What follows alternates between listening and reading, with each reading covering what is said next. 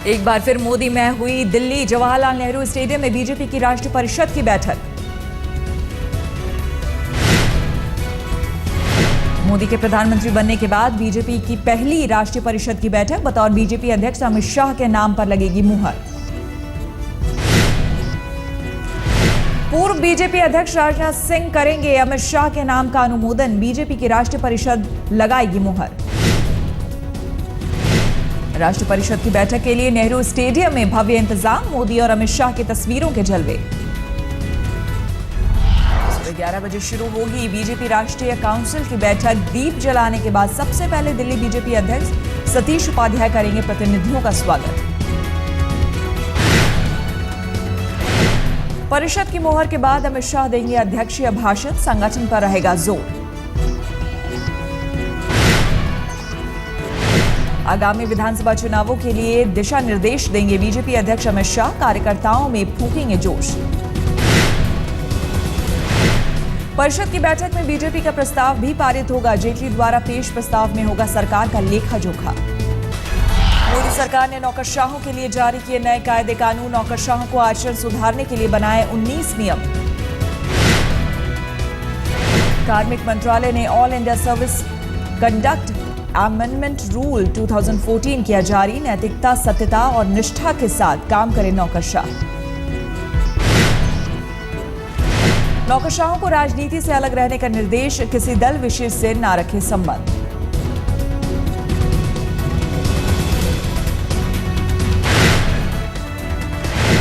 कमजोर तबकों के लिए नौकरशाहों को काम करने के निर्देश। जनता के साथ करें अच्छा बर्ताव।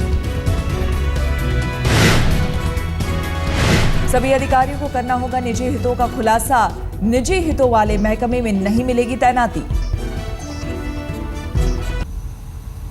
कि समाजवादी पार्टी और कांग्रेस दोनों उत्तर प्रदेश में सांप्रदायिकता फैलाने के लिए दोनों ही जिम्मेदार हैं और उसके अनेक उदाहरण हैं। मुजफ्फरनगर में जब दंगे हुए तो गवर्नर की रिपोर्ट मिली थी केंद्र को, इसमें कांग्रेस की सरकार थी और कांग्रेस ने दूसरी तरफ देखा और समाजवादी पार्टी को क्लीन चिट दी। कांग्रेस उपाध्यक्ष राहुल गांधी ने यूपी में हो रहे दंगों के लिए नेताओं को ठहराया जिम्मेदार। कहा राजनीतिक फायदे के लिए बिगाड़ा जा रहा है यूपी का माहौल। प्रेस काउंसिल के चेयरमैन जस्टिस मार्कंडेय काटजू ने कहा 125 करोड़ की आबादी को बेवकूफ समझती है सोनिया गांधी। राहुल गांधी को 125 करोड़ की आबादी के गले बांधना चाहती थी सोनिया। संसद में गैर हाजिरी पर बहस को लेकर बोले सचिन। परिवार में मुश्किल, भाई की हुई है सर्जरी।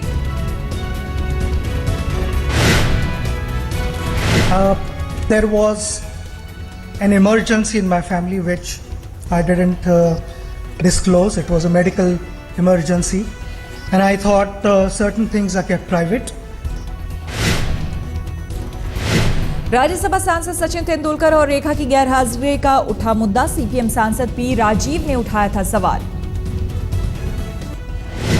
जस्टिस मार्कंडेय काटजू ने सचिन और रेखा पर उठाए सवाल। ट्विटर पर लिखा राज्यसभा में दोनों का क्या है योगदान, दोनों को क्यों बनाया गया एमपी।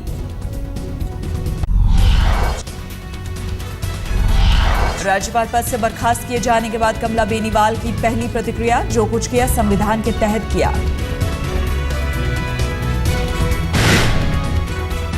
मैम तब वही कानून से किया। दिल्ली में सरकार के गठन को लेकर सियासी बयानबाजी जारी है। आम आदमी पार्टी ने बीजेपी पर लगाया खरीद फरोख्त करने की कोशिश का आरोप। इनको सूचना रहे कि आम आदमी पार्टी के विधायक बहुत ईमानदार मिट्टी के बने हुए हैं। ये बिकने वाले नहीं हैं, टूटने वाले नहीं हैं। भारतीय जनता पार्टी को चाहिए कि ये सब हरकतें छोड़े और थोड़ा सा साहस दिखाए, दिल्ली में चुनाव कराए।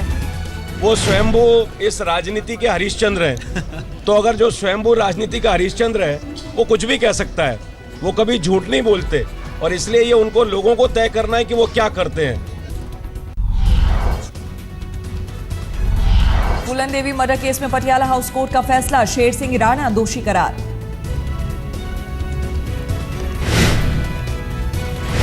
फूलन देवी मर्डर केस में थे कुल 11 आरोपी, बाकी 10 को किया गया बरी। सबूत के अभाव में छूटे।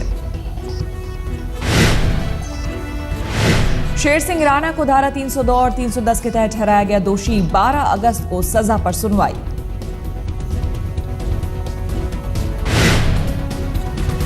पूर्व केंद्रीय मंत्री जसवंत सिंह की हालत नाजुक, कोमा में चले गए हैं जसवंत सिंह। दिल्ली के आरआर हॉस्पिटल में कल सुबह हुआ था ऑपरेशन।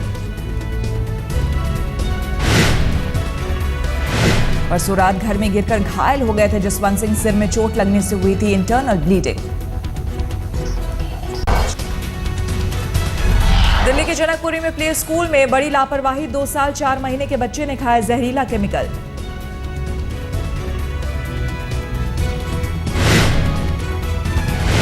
लगातार उल्टियों के बाद माता पिता ले गए अस्पताल, बच्चे की हालत खराब। दिल्ली के दरियागंज में छठी की छात्रा से छेड़छाड़, गिरफ्तार हुआ रिक्शा चालक। आरोपी के ही रिक्शे में रोज स्कूल जाती थी बच्ची। रिक्शा चालक पहले भी कर चुका है बदसलूकी। बाहरी दिल्ली में अलीपुर के सरकारी चिल्ड्रन होम फिर सवालों के घेरे में। खराब खाना और मारपीट के विरोध में एक लड़के ने की खुदकुशी की कोशिश।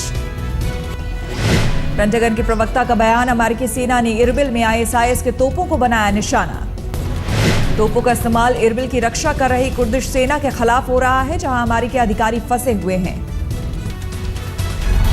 मैनचेस्टर टेस्ट में दूसरे दिन बारिश से प्रभावित मैच में टीम इंडिया ने किया वापसी। 36 ओवर के खेल में इंग्लैंड ने 124 रन पर 3 विकेट गंवाए। भुवनेश्वर कुमार ने बेल और जॉर्डन को भेजा पवेलियन, जबकि वरुण एरॉन को मिला मोइन अली का विकेट।